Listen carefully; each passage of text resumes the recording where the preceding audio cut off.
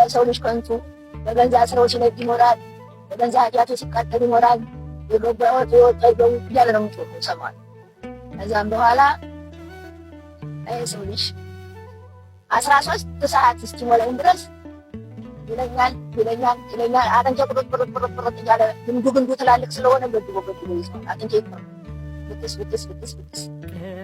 የሰውነቴ ስጋው እየፈሰለ እንደ ውሃ እየተንጀበጀበ በሳቱ መካከል በርፍት ነው። ከዛ በኋላ 13 ሰዓት ከሞላ በኋላ አጥንቴም አለቀ፣ ሰውነቴም ውሃውን አለቀ፣ ጨረስኩ።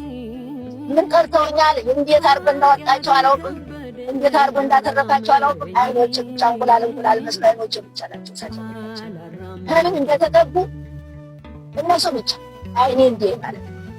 አለበለዚያ በአይኖች አጥንቴን እያዩ ነጎድጓድ ሆነ፣ መብረቅ ሆነ፣ ብልጭልጭታ ሆነ። 13 ሰዓት ከሞላ በኋላ ከሰማይ ሰማያት ጓጓቴ የንጓድ የመብረቅ የእሳት ኃይል የውሃ ሙላት እየገሳ ቁልቁል እየወረደ እንትን ሆነ ጎድጓዱ ብዛት እየወረደ ግንቡን እያፈረሰ የጣለው ጊዜ መብረቁ ያመላል ተሰወረ። ከዛ በኋላ ጩኸት ሆነ፣ ድብልቅልቅ ሆነ። ዝናቡ ሙላት አብሮ መጣ። ግድግዳ ነሽ ጥራ ነሽ ግድግድ እያለ በመብረቁ ስለዚህ ሲወረውረው መብረቁ ጨርሶ ነበር። እሳቱ ግን ኃይል አለውና ብረቱ የማይጠፋ ነውና እንደገና ይሄው የለቀቀለት ጊዜ ሲሚንቶ በላይ የለቀቀለት ጊዜ አንዲዮን ሆኖ ማልመለሰው እንደጎናት ሽቅም መስመር ለቀቀ። እሳቱ ኃይል ሰጠው። እንደገና ሀደና ደግሞ ሁለተኛ የበለጠ ውሃ ሙላቱ ጀመረ። አወረደው፣ ባናቱ ላይ ያወረደ። ያን ጊዜ ቦታው ያለ ምን ያሳት እንዳረስ ተዳረኝ ለለቀቀበት ዘዴ በሁለተኛው ማለት ያውላ ሲሆን ዝም ብዬ እመለከታለሁ። አይኖች ናቸው እንግዲህ የሚመለከቱ እንጂ አጥንቶችም አሉ።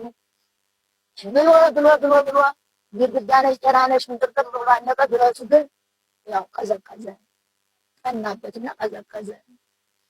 ከዚያ ላይ ሁኜ በአይኔ ስመለከት እንደዚህ አቀለት ቁልቁለት የሚጋርደው የለም፣ ወለል ያለ ነው።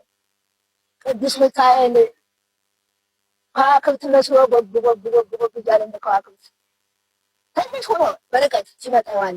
ሲቀርብ እያደገ ከዚህ ከጭቀው ከዚህ ማታት ወደበት ቦታ ላይ ሲደርስ በቃ የሰው ያህል ግምት ሆኖ ሳይሆን ቅዱስ ሚካኤል ነው።